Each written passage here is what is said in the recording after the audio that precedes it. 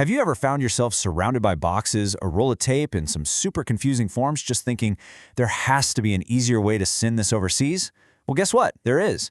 Today, we're going to break down the whole process and show you just how simple it can be using the awesome, straightforward approach from Sirius Sterling Logistics as our guide. You know, things like customs forms, weird pricing, and that little fear in the back of your mind that your package might just disappear? Yeah, it's enough to make you want to just not do it, right? But honestly, the entire process can be boiled down to a few really simple steps. Let's walk through it together and make international shipping a total breeze. When you really get down to it, sending a package anywhere in the world is just 4 basic steps. That's it. Think of this as your easy-to-follow roadmap to get your stuff from here to literally anywhere else. And there it is. List what you're sending, pack it up tight, write down the address, and show your ID. It really is that simple. Now let's dive into each one of these so you know exactly what you're doing. Okay, let's get our hands dirty and start with the physical part, actually getting your box ready to go. This is all about making sure your stuff arrives looking just as good as it did when you packed it.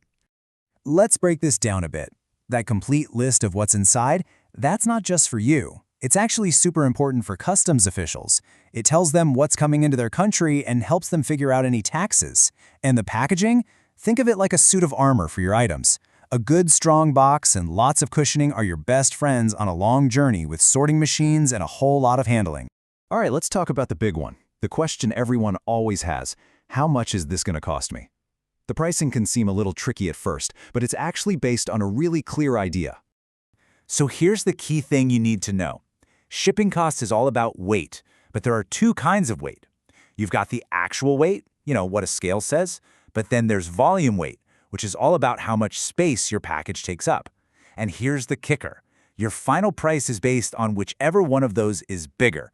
That's why a giant light box of pillows could cost more to ship than a tiny, heavy box of books. It's all about the space it takes up on the plane.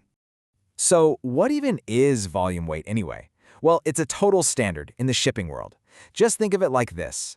Space on an airplane is like precious real estate. It's limited and valuable. So this method creates a fair way to price shipping for big, light things and small, heavy things.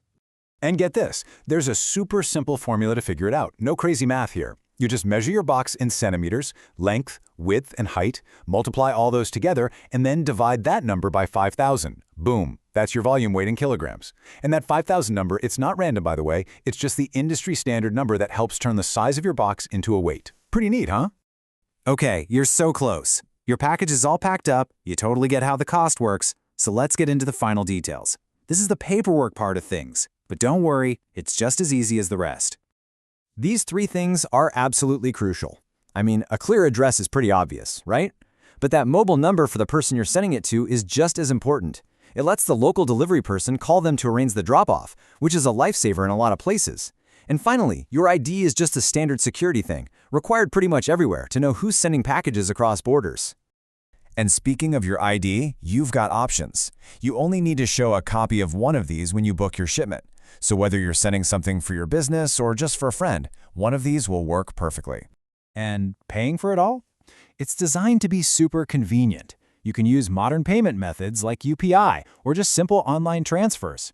Oh, and a quick tip for all you business owners out there, make sure to ask about GST credit because that can be a really nice financial perk. And that's it. Seriously, you've listed your stuff, packed it safe and sound, you understand the weight, and you've got your info ready. You are officially ready to send that package on its way.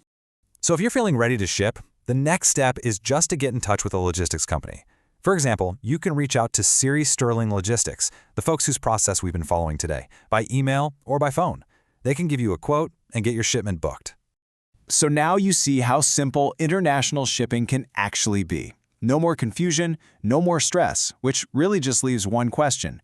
Now that you know how, what are you going to ship first?